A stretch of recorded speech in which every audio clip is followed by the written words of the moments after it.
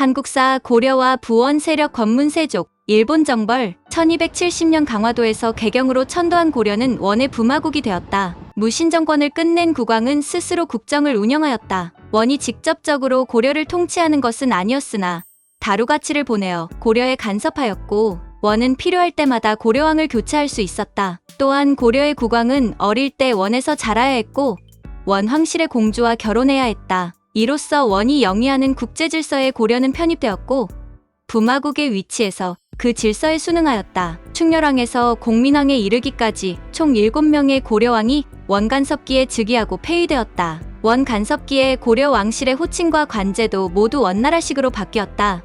고려 국왕의 묘호에는 조종의 예를 올리지 못했고, 첫자는 충성할 충자를 써서 원에 대한 예를 표했다. 다른 호칭들고 모두 급을 낮추어 사용하였다. 특히 삼성 육부제를 유지하던 관제도 일부 사사 체제로 축소해 운영하였다. 원 간섭기의 원은 고려에게 공여와 공출 등 막대한 양의 재화를 요구했는데, 고려는 금, 은, 모시 자기, 인삼, 가죽, 매 등 다양한 물품을 원에 공납해야 했다. 게다가 원은 일본 정벌을 원하여 청원과 함께 여몽연합군을 편성하여 두 차례의 일본 정벌을 떠나기도 했다. 당시 일본은 가마쿠라 막부가 통치하고 있었다. 여몽연합군은 일본 상륙에는 성공하나 급작스러운 태풍으로 인해 정벌은 실패한다. 1274년의 일본 정벌에는 전함 900척과 병력이 14,700명이 동원되었는데, 이는 모두 고려 정부와 백성의 부담이었다. 원의 위세가 막강하자 이를 등에 업고 권력을 휘두르는 자들이 생겨났다. 이들이 바로 부원 세력이다. 이들의 대표적인 가문으로는 몽골어 통역으로 일하면서 권력을 잡은 조인규의 평양 조씨, 가문과 매를 키우던 관청인 응방 출신의 윤수의 가문인 칠원 윤씨 가문 등이 있었다. 부원 세력과 맞물려 지방에서 득세한 신진관료 세력과